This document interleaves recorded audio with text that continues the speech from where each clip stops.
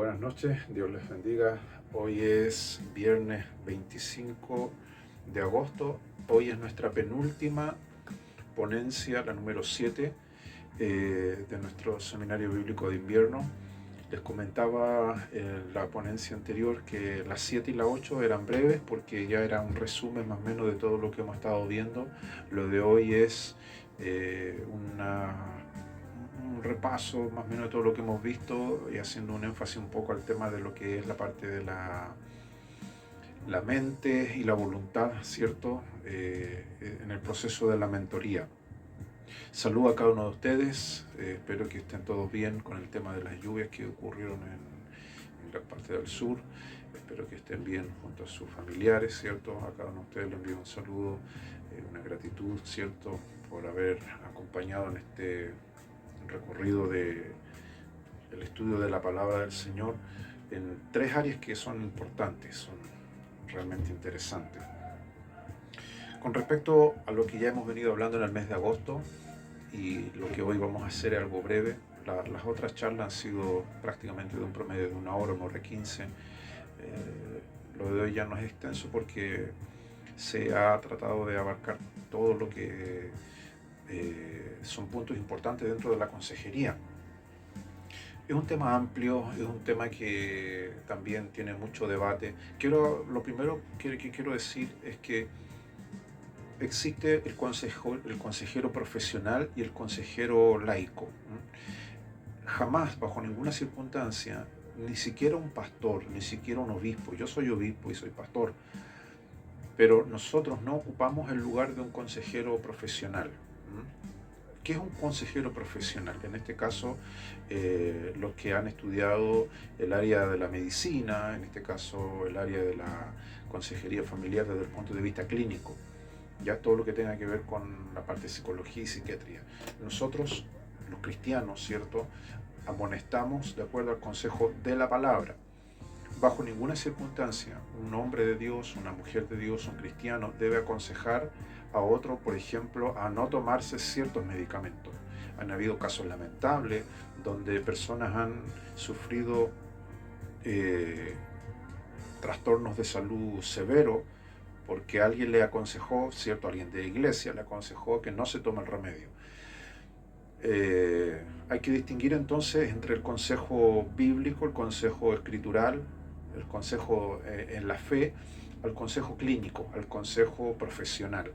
Nuestro consejo es bíblico, no sustituye al otro, no quiere decir que sea inferior, no. Yo a lo que quiero ir es que, por ejemplo, cuando una persona derivada de un problema laboral, de un problema familiar, de un problema en un tribunal, va a un psicólogo, ¿cierto? O a un psiquiatra, si ese caso llega a un oído de un pastor, de un líder o de un hermano de la iglesia, este hermano no puede interferir, no puede decir que no vaya al psicólogo, no vaya al psiquiatra, menos que deje el tratamiento. Hay que tener cuidado con eso. Hay muchas personas que tienen una postura anticiencia y lo que hay que tener es un equilibrio. Hay muchas ramas de las ciencias y yo he tratado de explicarlo ahora en agosto, en esta ponencia de agosto, asesoramiento pastoral. Hay muchas ramas de la psicología, cierto, humanista, que evidentemente no tiene los perfiles bíblicos, pero hay otras áreas que sí. La madurez bíblica entonces nos ayuda a tener un discernimiento de cuáles son las áreas que son viables de acuerdo a la luz de la palabra. Consejería entonces es el proceso de ayudar a otra persona a cambiar, a crecer y a resolver los problemas que le estén obstaculizando a la luz de la palabra. Eso es la consejería cristiana. Por regla general, la consejería cristiana, la bíblica, hablo de la consejería escritural, no contempla el trato con la medicina.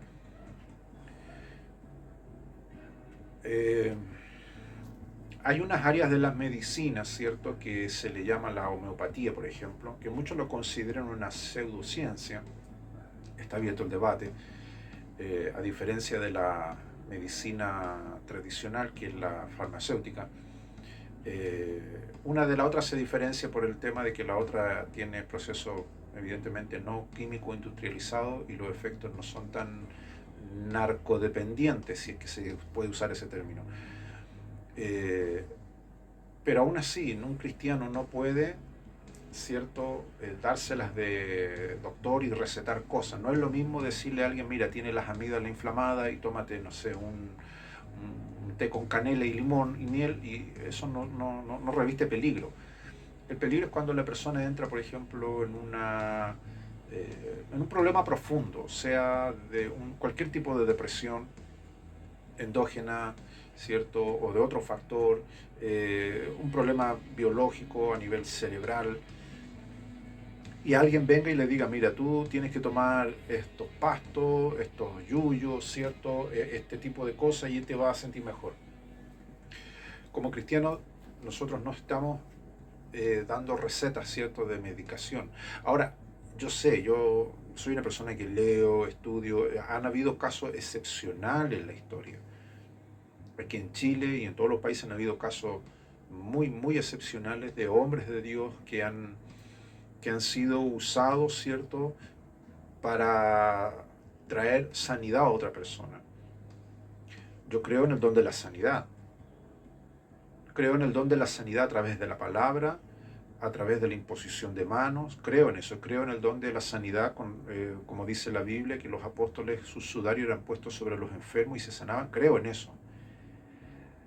También he visto casos de personas que han dado algún tipo de receta puntual de algo y ha habido sanidad, pero son cosas muy excepcionales. A lo que quiero llegar es que hay que tener cuidado dentro del área de la consejería, dentro del área de la mentoría, del asesoramiento cristiano. Una cosa es la consejería profesional, clínica, y otra es la bíblica, la escritural. Entonces, el ministerio de la consejería, ¿cierto?, es el arte de dar consejo, ¿cierto? Y para eso hay que salir detrás del púlpito.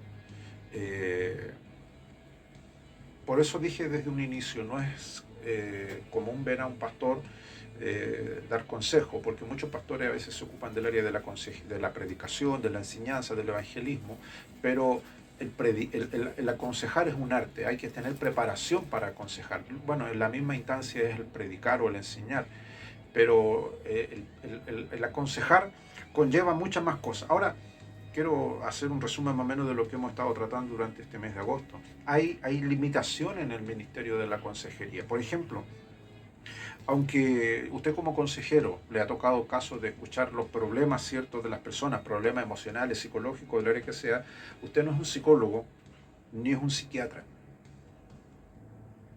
A mí a veces las personas me han dicho, Vip, usted parece psicólogo, parece psiquiatra. Sí, pero no lo soy.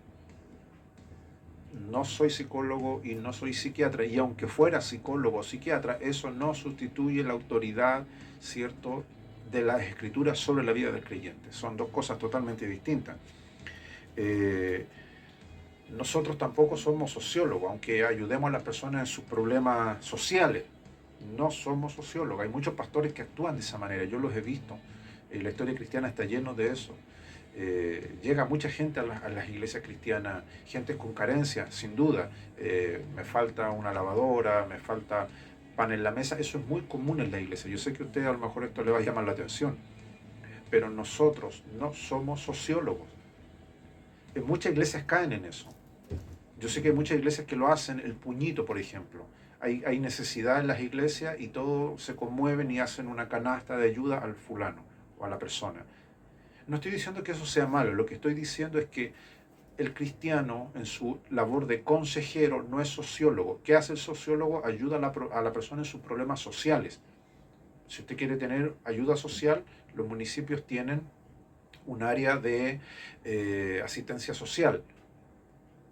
Pero hay mucha gente que va a las iglesias, ¿cierto?, con sus problemas, intermediados a través de un consejo, y quieren que las personas los ayuden tal cual como se abre esa puerta en el área secular. Nosotros no somos sociólogos. Aunque nosotros también tengamos la oportunidad de ayudar a las personas en sus procesos legales, en sus litigios, nosotros no somos abogados. Estoy siendo específico en cada área. No somos abogados, aunque nosotros también ayudemos a las personas en sus procesos y en sus consejos, en el área de la consejería, en medio de un proceso de enfermedad. Nosotros no somos doctores, que es lo que hablé en delante. Por último, nosotros podemos orar por una variedad de dificultades que las personas tengan, pero nosotros no somos sumo sacerdote. Cristo es el que intercede por nosotros. Nosotros solamente somos siervos, instrumentos de Dios en su mano, pero nosotros no hacemos el papel ni de juez ni de jurado. Entonces usted dirá, bueno, ¿qué es lo que es exactamente un consejero? Bueno, somos un sirviente, eso es. Nosotros lo que aconsejamos, servimos la palabra de Dios a las personas. Hemos visto también, estoy haciendo un resumen, que hay muchos libros que pueden ser consultados con respecto al tema del fundamento escritural. Yo creo que dejé bastante claro de que la psicología cristiana, ¿cierto? El asesoramiento pastoral, la mentoría bíblica, el proceso de restauración, ¿cierto? Entre los cristianos, tiene que tener su base escritural. Si no la tiene, caemos entonces en la psicología humanista.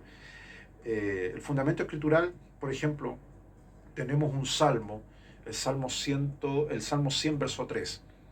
Es una de las bases principales de entender que solamente Dios puede ayudar a la persona. ¿Qué dice el Salmo 100, verso 3? Dice, Él nos hizo y no nosotros a nosotros mismos. Esa es la base sobre la cual hay que partir. Ningún ser humano va a entender a otro. No, es un misterio. Cada ser humano es un misterio, es un mundo. ¿Y quién hizo a cada ser humano? El Salmo 100, verso 3 lo dice. Él nos hizo. Él.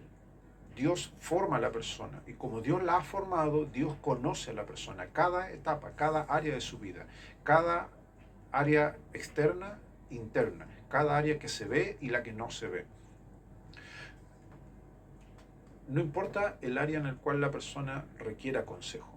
No importa la edad de la persona ni su formación. El consejo siempre va a ser, cuando es bíblico, va a ser oportuno, va a ser preciso, certero. Pero hay una diferencia entre la consejería bíblica y la consejería no cristiana. Usted verá que los políticos tienen consejeros. De hecho, cada sistema político los usa, los consejeros, dice, de los políticos, ¿cierto? El consejo es algo que la persona puede tanto tomar como no tomar. Puede ser rechazado como puede ser tomado. El consejo bíblico también está bajo esa misma regla. Hemos visto entonces de que hay buenos consejeros y malos consejeros. Dentro de las iglesias han habido personas que han sido a veces buenas personas, pero sus consejos no han sido buenos. ¿Por qué? Porque no tienen un lineamiento bíblico. Vemos como el caso de Balaam, que ya lo hemos visto. Vimos el caso de Balaam, que era una persona que sin duda en ocasiones era usada por Dios, era un hombre que era de temer porque era profeta, pero tenía cosas que no correspondían y terminó dando malos consejos. Entonces dentro de las iglesias ocurre eso. Ocurre de que hay personas que dan malos consejos. También hablamos ahora durante estas ponencias pasadas de que la vida espiritual de cada creyente en el área de la consejería, y no solamente en el área de consejería, en el área de la predicación, de la enseñanza, debiera estar en manos de alguien competente.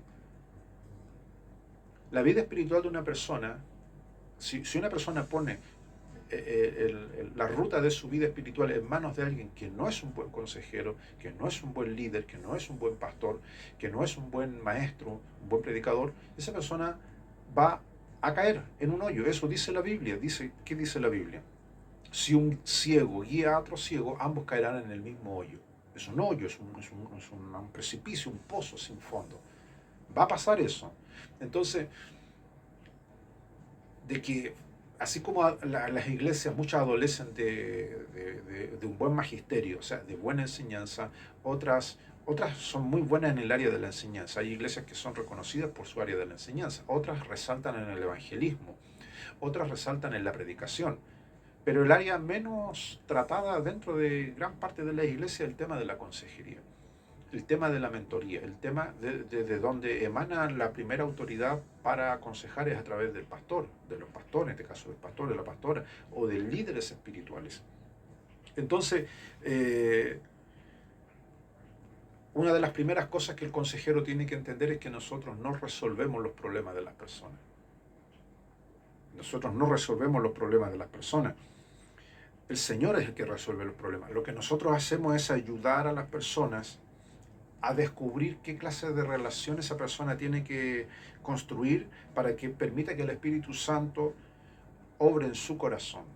Porque ningún problema se va a solucionar si la persona no permite que Dios trate con el primero. Ahora, un punto que no enfaticé fue el tema de las fuerzas malignas, que a veces atacan al que está aconsejando. Va a haber en muchas ocasiones que las personas eh, van a estar en un ataque maligno derechamente, o tal vez no un ataque confrontacional directo con las fuerzas malignas, pero sí con las consecuencias. Y a veces el que está aconsejando se va a ver envuelto en eso. Eso yo lo he vivido en carne, y tal vez usted lo ha vivido en carne. Cuando ha tenido que aconsejar a alguien, o esa persona que le ha venido a pedir consejo, evidentemente está en una cadena de opresión diabólica, satánica, maligna. Y ahí el que asesora entra en un combate mortal con las fuerzas del enemigo. Ahora, hay un versículo bíblico que eh, lo voy a leer. Me gusta mucho este versículo porque habla de algo importante. Esto está en Hebreos 13:16.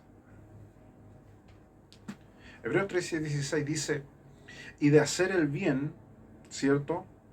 Y de la comunicación no os olvidéis, porque de tales sacrificios se agrada a Dios. Hebreos 13:16. Una de las cosas importantes dentro de la consejería es tener buena comunicación. El que está aconsejando con el que va a aconsejar. Para que haya buena comunicación tiene que haber una sola moneda de cambio, que es la confianza. Si no hay confianza, no se habla verdad. Es un hecho puntual de que mucha de la gente que pide consejo, que eventualmente pueda pedirte un consejo, no siempre está dispuesta a decir la verdad. La persona viene a veces lastimada, viene con sus prejuicios, viene con sus condicionamientos. Por eso que es importante comprender de que el consejo de las escrituras es importante. La persona debe rendirse a la autoridad de las escrituras, a la guianza del Espíritu Santo, al llamado que Dios le hace, ¿cierto?, a entregar todas sus cargas delante de Él. Entonces, el versículo 16 habla de que es un sacrificio. Dice, y de la comunicación no os olvidéis, porque de tales sacrificios se agrada a Dios. Es un sacrificio en el sentido de que eh, el proceso, el proceso que involucra el estar con una persona, de ayudarlo, de aconsejarlo, de oírlo, de contenerlo, todo eso es un sacrificio. Supone y envuelve una inversión evidentemente de tiempo, pero también es un sacrificio desde el punto de vista de abnegación. Es la persona que va a dar consejo, ¿cierto? Desde el punto de vista bíblico, tiene que evidentemente tener ese llamado para hacerlo. Esto no es, como les comenté al inicio, esto no es una profesión, no es desde el punto de vista profesional, esto desde el punto de vista bíblico, la persona tiene que tener esa vocación santa de realmente ayudar a la persona. Con respecto a la psicología y la consejería cristiana, les comenté de que hay mucha literatura, hoy día hay mucha literatura que está disponible para aquellos que se enfatizan en el área de la consejería cristiana. Hay mucha literatura de doctores cristianos, doctores, entiéndase, psicólogos cristianos, terapeutas cristianos, psiquiatras cristianos, que analizan muchas cosas de las que a las personas se ven aquejadas desde el aspecto emocional, ¿cierto? Desde el aspecto de la personalidad, de la formación, desde el punto de vista clínico, desde el punto de vista médico. Y es bueno a veces documentarse, leer algunos libros que son importantes con respecto a lo que es la constitución del ser humano. Alma, cuerpo, espíritu, ¿cierto? El soma, que es el cuerpo, es el área más conocida, más estudiada, Pero el alma y el espíritu son áreas que solamente la palabra de Dios tiene conocimiento sobre ellas. Las personas que desconocen la palabra de Dios, ¿cierto?, obtienen esta información del alma y del espíritu de pseudociencia, del ocultismo mayormente. Por eso el ocultismo siempre ha atraído a las personas, porque ven en el ocultismo respuestas que evidentemente son falsas, pero nosotros como cristianos, a la luz de las Escrituras, tenemos que enseñar a las personas lo que dice la Biblia con respecto a lo que es el ser humano. El ser humano no es solamente alma, no es solamente espíritu, no es solamente cuerpo, es una triunidad. Entonces, cuando una persona siente un problema, ¿cierto?, en su alma, se afecta todo su ser. Si una persona siente un problema en su cuerpo, en el soma, por una enfermedad o algo, se afecta todo su ser. Entonces, la palabra de Dios dice que es viva y eficaz. O sea, la palabra de Dios es más que suficiente para ayudar a la persona a tratar todos los problemas que tenga en su vida, ¿cierto? Eh, Textualmente aquí dice mi bosquejo, no es necesario que hayamos estudiado la conducta humana formalmente a fin de tener un buen entendimiento de las personas o mostrarles compasión al ayudarlas en la solución de sus problemas. Tampoco debemos o podemos menospreciar el estudio científico como algo que esté fuera de tono con las escrituras. Tiene que haber un balance. Yo sé que hay cierto resquemor, cierto pudor en muchas áreas dentro de las iglesias cristianas con respecto a que no se ve bien visto cuando un cristiano consulta a un psicólogo o a un psiquiatra, sea por motivación propia o porque esté derivado. Hay que tener mesura en estos temas, ¿no? La Biblia nos muestra el caso de una mujer, ¿cierto?, que gastó todo lo que tenía en médico, todo. Ya cuando estaba en la ruina y no hubo quien pudo ayudarla, Cristo la pudo ayudar.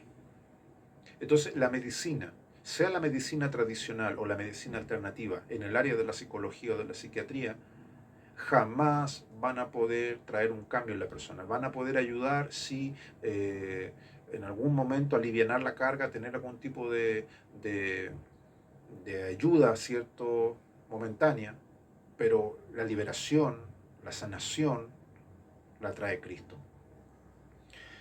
Entonces, si seguimos avanzando un poco en nuestros comentarios, con respecto al área de el que aconseja, ¿cierto? Hay principios éticos que son decisivos. Uno de esos es que no hay sustituto para las relaciones vitales con el consejero de Dios. O sea, la persona que va a aconsejar tiene que ser un hombre de Dios, tiene que ser una mujer de Dios. No puede ser un carnal, no puede ser un neófito, no puede ser un payaso, un patán, un tipo que sea superficial en las cosas de Dios. La persona que va a aconsejar tiene que tener un peso espiritual que sea gravitante a la hora de que entregue su consejo. Muchos de los problemas que ocurren en el tema de la consejería entre los cristianos es porque a veces personas no espirituales dan consejos. Y ahí viene un desastre inminente. Otro de los puntos éticos importantes dentro de la consejería es la confidencia, o la información secreta. Debe ser protegida a cualquier precio. Hay reglas, por supuesto.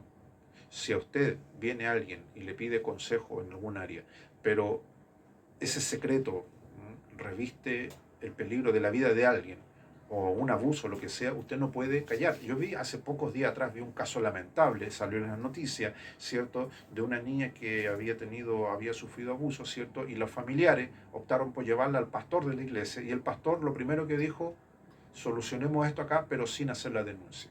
Eso es lo peor que puede ocurrir.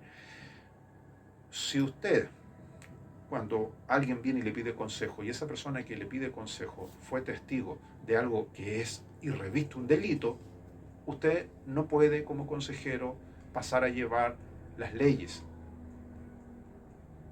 ¿Me explico? O sea, si usted como persona que funge como consejero, alguien viene y le dice que fue testigo de algo que es delito ante las leyes terrenales, si es delito ante las leyes terrenales, sin duda ante las leyes bíblicas igual. La diferencia está que hay acciones penales. Eso es lo que nosotros tenemos que entender. Por eso, si alguien viene y pide consejo y dice que esta persona tiene información relevante sobre algo que reviste un delito, usted va a tener que tener la dirección y la sabiduría de Dios para entender, ¿cierto?, de que hay ciertas situaciones que no puede resolverlo un consejero solo. Por eso dice la Biblia que en la multitud de los consejeros está la sabiduría. El consejero no es un llanero solitario que él solo, no. Aquí hay que tener mucha precaución en otro tipo de temas que se tratan. Otro tema importante es de que hay muchas personas, muchos de los que vienen a buscar consejos piden que se los trate con amor. Y toda la gente cristiana tiene esa falsa sensación de que tráteme con amor, no me diga nada malo, nada que no me lastime, no me diga la verdad. Bueno, la Biblia nos dice eso. Por ejemplo, en Efesios 4:15 dice, antes siguiendo la verdad en amor. Junto dice, seguir la verdad en amor. No dice sigan al amor o sigan el amor. Amen sin ningún tipo de razón. Amen porque Dios los ama, que es muy común en la iglesia se ve eso. Siento el amor de Dios, dice la persona, y el tipo es un mentiroso, es un patán, es un barrabás, o como me gusta decirlo a mí, es una sabandija. Y mucha gente crédula, que sí, el hermano está lleno de amor, pero el tipo no dice la verdad, es un mentiroso, no anda de acuerdo a la verdad. Efesios 4:15, márquelo en su Biblia. Antes, siguiendo la verdad en amor. La verdad y el amor van de la mano. No se pueden contradecir. Si usted va a hablar del amor, tiene que tener verdad. Entonces, en el tema de la consejería es lo mismo. Muchas personas que vienen a las consejerías vienen porque sin duda hay áreas de su vida que están lastimadas y están carentes sin duda de amor.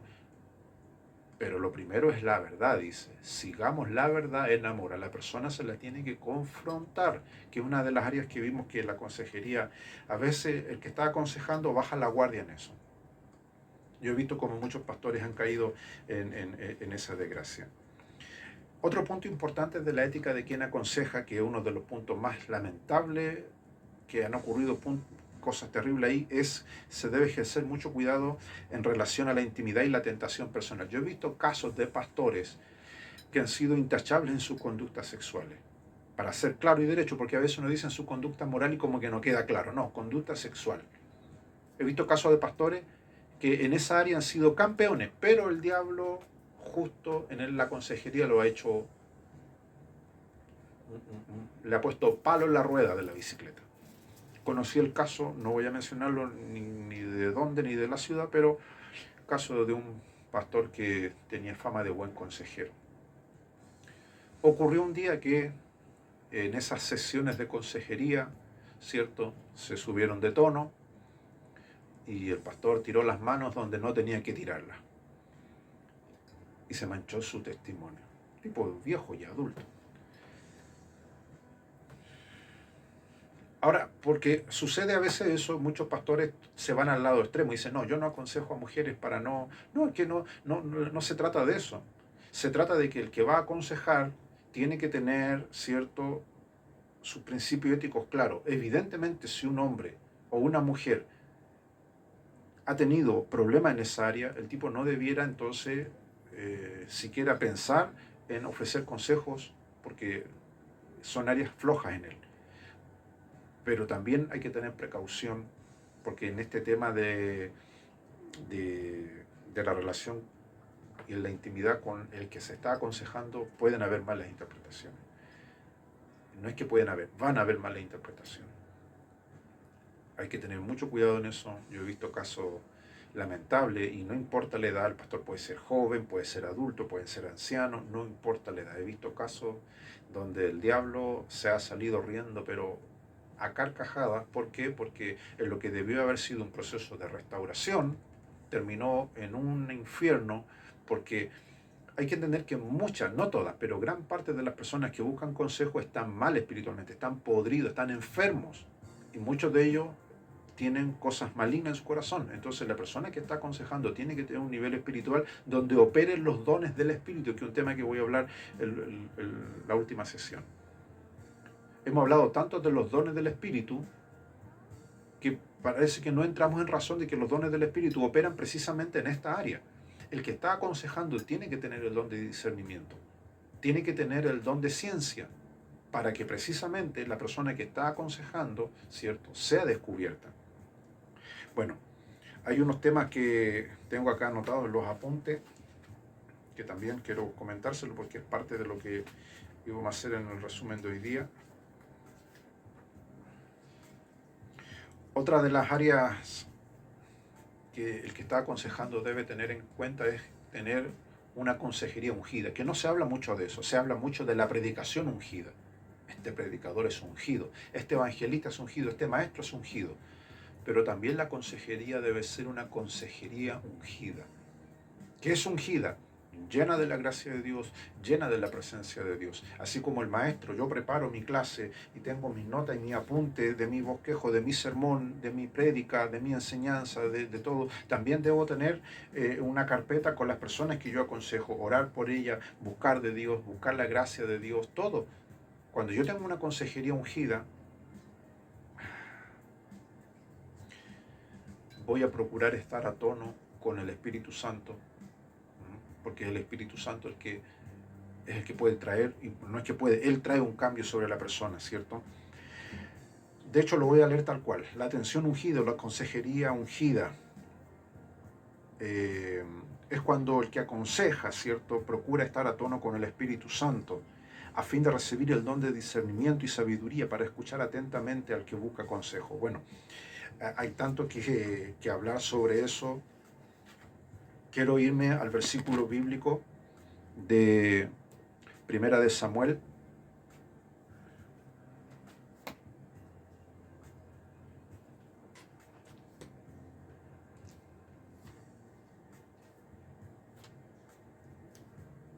Primera de Samuel, capítulo 1, verso 12. Voy a leer esta cita bíblica.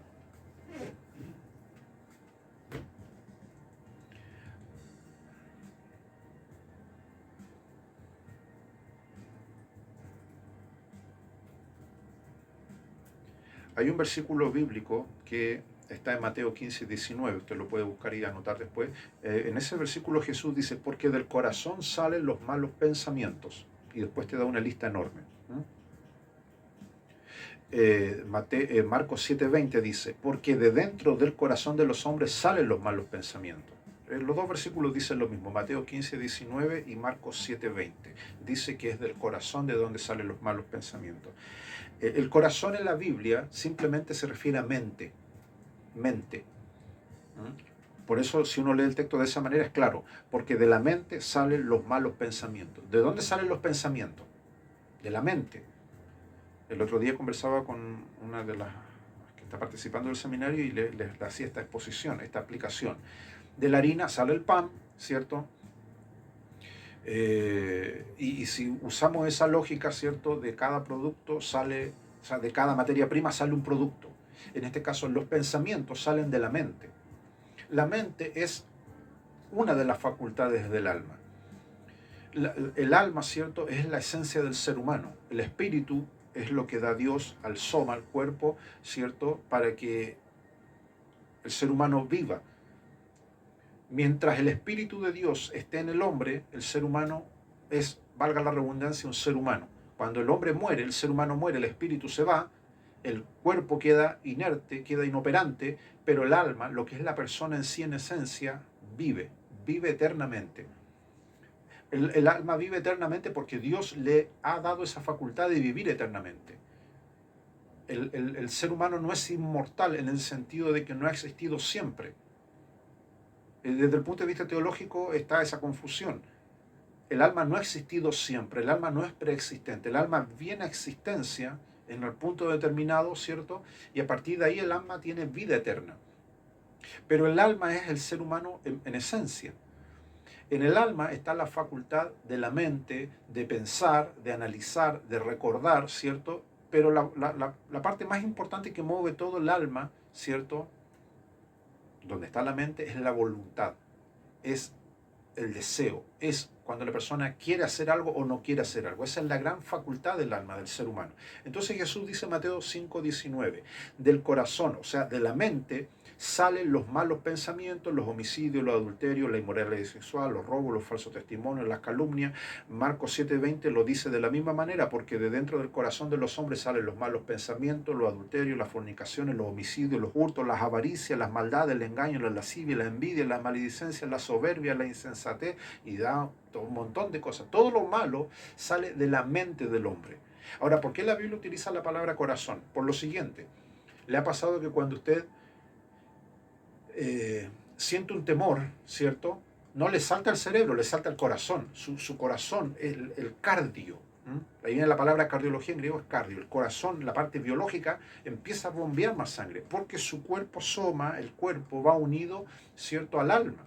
Lo que usted piensa lo expresa a través del cuerpo. Entonces, cuando usted siente alegría, su ritmo cardíaco aumenta. Si usted siente tensión, angustia, todo nuestro cuerpo lo siente, expresamos a través del cuerpo. Entonces, la palabra corazón se utiliza en el aspecto simbólico, pero no es del corazón, no es del músculo cardíaco de donde salen los malos pensamientos desde el punto de vista almático, sino que salen de la mente.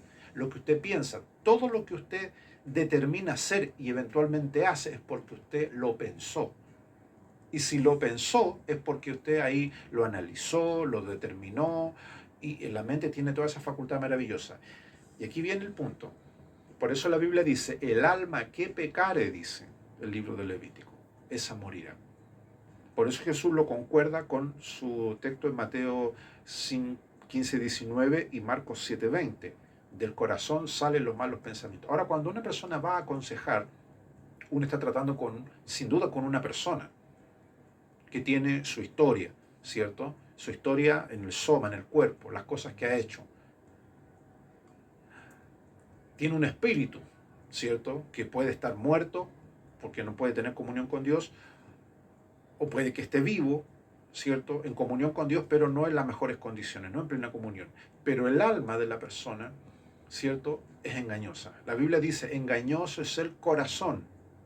Y no se refiere, volvemos otra vez al punto, al cardio, al corazón, al músculo, ¿cierto?, que bombea la sangre en el cuerpo. No se refiere que ese corazón sea engañoso, se refiere a la mente. La mente de la persona es engañosa. Por eso la Biblia dice, sobre toda cosa guardada, guarda tu corazón porque de él mana la vida. ¿Qué quiere decir esto? Porque hay que guardar el corazón, porque ahí está el centro de la voluntad de la persona. Usted decide hacer lo bueno y lo malo. Es su decisión. Ahora, cuando una persona es irredenta, es esclava del pecado. Cuando una persona no ha conocido a Dios, no ha nacido de nuevo. Ahora, cuando usted ha nacido de nuevo, es libre del pecado para escoger. Antes usted no podía escoger. Usted era esclavo del pecado, siervo del mal, acólito del infierno. Usted no podía escoger, usted hacía el mal. Ahora usted es lavado por la sangre de Cristo, renovado, purificado, santificado, embellecido por la gracia de Dios. Pero puede pecar, pero ahora usted escoge. Esa es la diferencia. Ahora, todos estos textos nos ayudan a entender algo, de que cuando nosotros tenemos un problema y necesitamos consejo, ¿cierto? Todo este poder se concentra en el corazón, o sea, en la mente. Leamos, por ejemplo, 1 Samuel 1:12, que es cuando Ana, la mamá de Samuel, ¿cierto?, va al templo a orar. Todos conocemos la historia de Ana.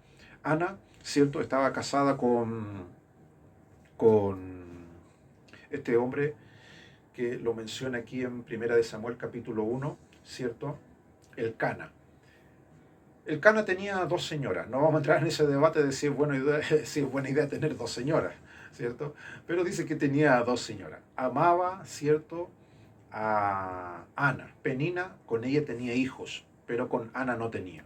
El tema es que la mujer empezó a enfermarse.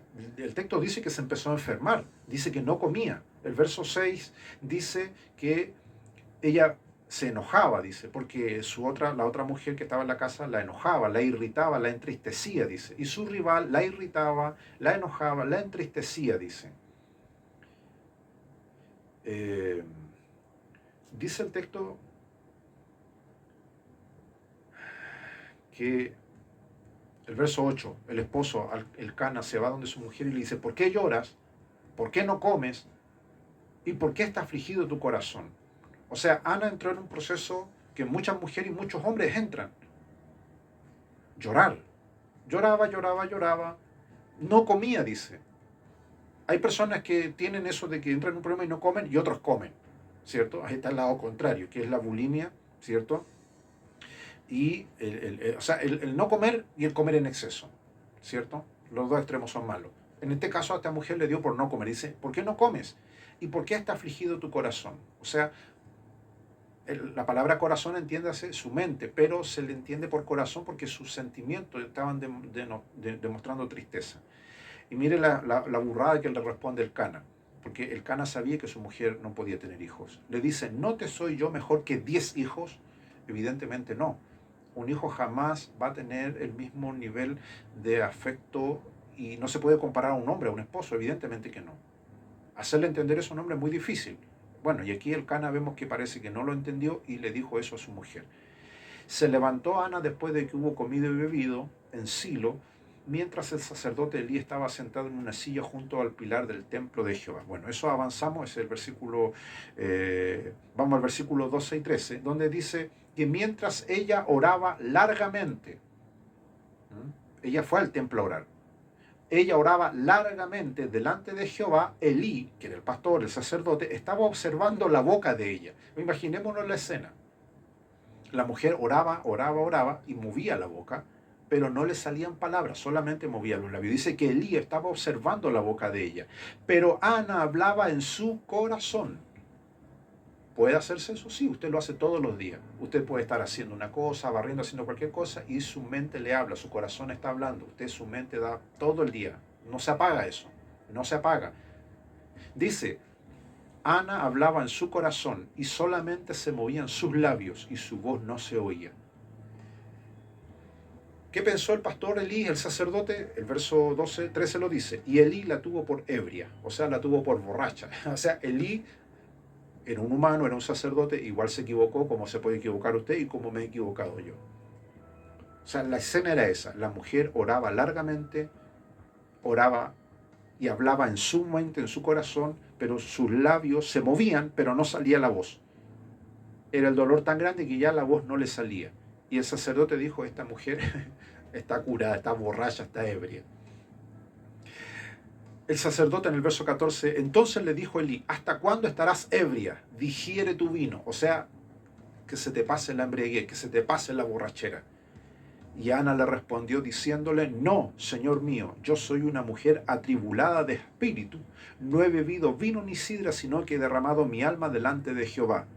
No tengas a tu sierva por una mujer impía, porque por la magnitud de mis congojas y la aflicción he hablado hasta ahora. Elí respondió y dijo, ve en paz, y el Dios de Israel te otorgue la petición que le has hecho. Esa fue toda la intervención del sacerdote, porque el tipo ya tenía experiencia de tratar con mucha gente. No era la primera mujer que iba a orar al templo. Elí era un sacerdote viejo y mucha gente vio orar de esa manera. Seguro Elí vio a mucha gente farsante ir al templo. Por eso Elí fue severo en su dictamen. ¿Cuánta gente farsante habrá visto el sacerdote llegar ahí? Pero esta mujer le habló con sinceridad. A esto quiero llegar. Cuando el que está aconsejando se da cuenta que la persona que va a aconsejar dice la verdad, el resultado de la consejería es el óptimo. Esta mujer le dijo la verdad en el verso 15 y el verso 16.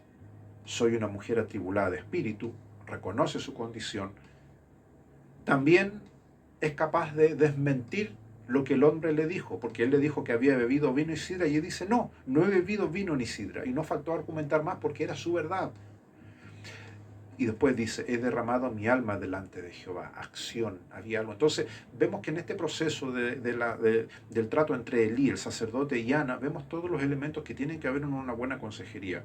No tengas a tu sierva por una mujer impía, porque por la magnitud de mis congojas y mi aflicción y de mi aflicción he hablado hasta ahora. A esto quiero llegar. Cuando el texto de Mateo 15:19 y Marcos 7:20 dice que del corazón salen los malos pensamientos, está hablando aquí Jesús de un corazón irredento, de un corazón que no está en Dios. Ahora, cuando un corazón está en Dios, ¿cierto? Se crea un espíritu nuevo. Por eso David dice, crea en mí un espíritu recto dentro de mí. Jesús también lo habló con Nicodemo. La persona nace de nuevo. Y el ser humano empieza a hacer frutos de bien, frutos en rectitud. Entonces, cuando una persona está en un proceso que necesita consejería, hay consejerías que pueden durar semanas, meses, años. Hay consejerías que son de corta duración. Todo depende de las cosas que estén envueltas. No es lo mismo tratar a una persona que tenga un vicio, por ejemplo. Ahora, aquí quiero hacer un paréntesis. Hablé de esto en otras ponencias. Nosotros somos una iglesia. La iglesia no puede perder su poder transformador. ¿Qué es eso de que las iglesias hayan centros de rehabilitación? Y no quiero que me malentiendan. El mundo tiene centros de rehabilitación para drogadictos, para alcohólicos, pero una iglesia, yo quiero que piensen esto, no quiero entrar en la polémica si debiera o no, pero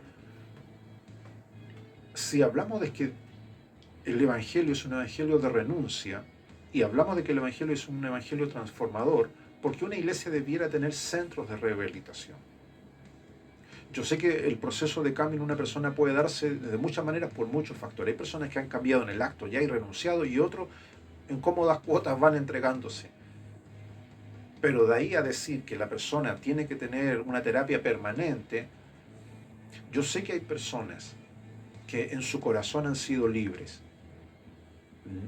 no tienen nada que ver con el pecado, han renunciado al pecado, pero el soma, el cuerpo, y aquí viene el punto que todos tenemos que entender. El cuerpo ha sido esclavizado por el pecado. Lo que el diablo reclama es el cuerpo, porque el cuerpo es el vehículo del pecado.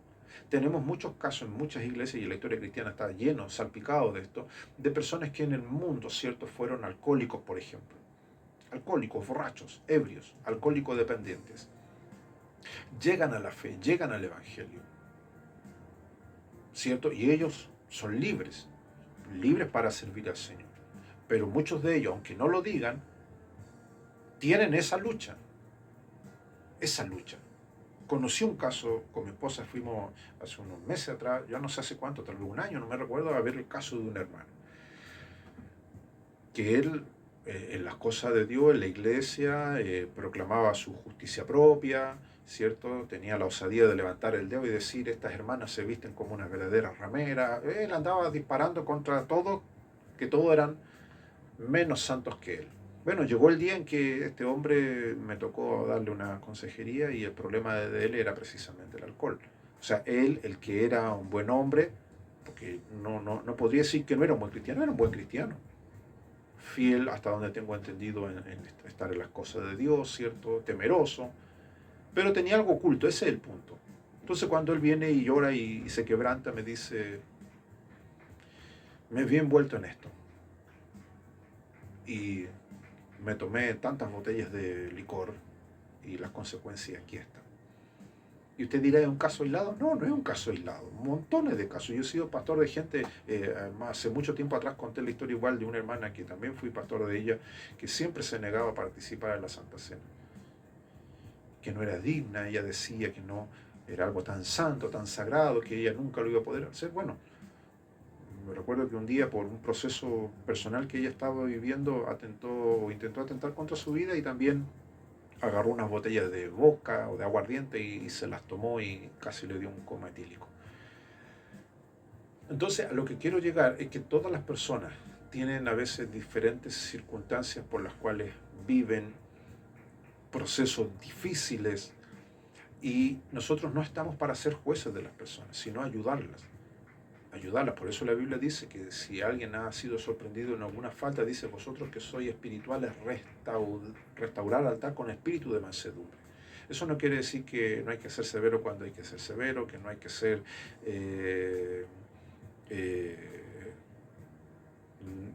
no ser salamero, como buscar una palabra correcta. Hay que decir las cosas, ¿cierto?, dentro del marco bíblico. La Biblia dice que se hará juicio sin misericordia con aquel que no tuvo misericordia. Nosotros entonces tratamos con personas que están en carencias espirituales, sí. Debemos ayudarlas a salir, sí. Pero nosotros no podemos solucionar los problemas de la persona, no tenemos la forma de hacerlo en el sentido espiritual interno. Sí tenemos las herramientas de la palabra de Dios, mostrar el camino, pero es llevar a la persona lo más cerca de la gracia de Dios, para que la persona tenga la decisión de entregarse. En el caso de lo que hemos leído en Primera de Samuel, dice que ella hablaba en su corazón. Ana hablaba en su corazón, hablaba en su mente.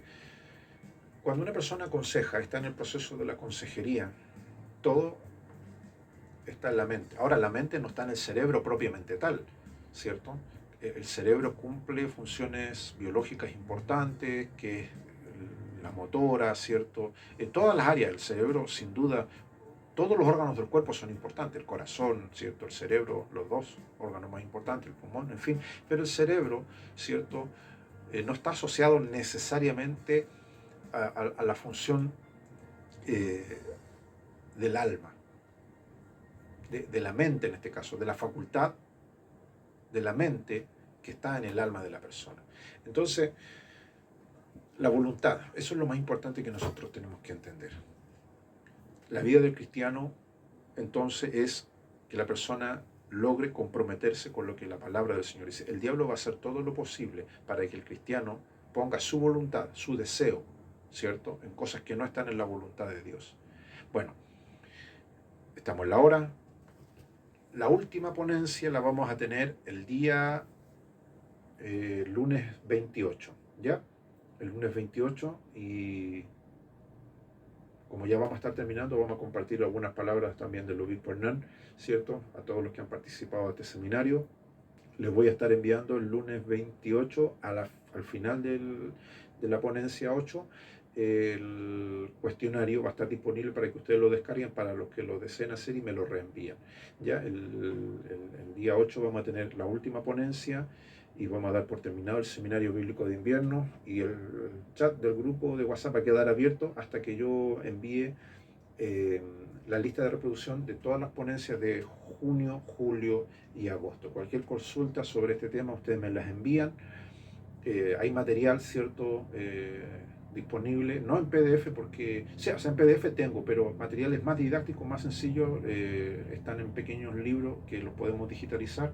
Se los pasé al pastor Roberto, él los tiene. Cuando él termine de sacarles copia, se las vamos a reenviar a ustedes. Dios les bendiga. Todas estas clases van a estar disponibles para que ustedes pues las vuelva a leer, las vuelva a observar, y saquen lo que es su parte. Dios les bendiga, sean bendecidos de parte del Señor, y nos vamos a encontrar entonces ya en la última ponencia el lunes 28. ¿Ya? Bendiciones, Dios les bendiga.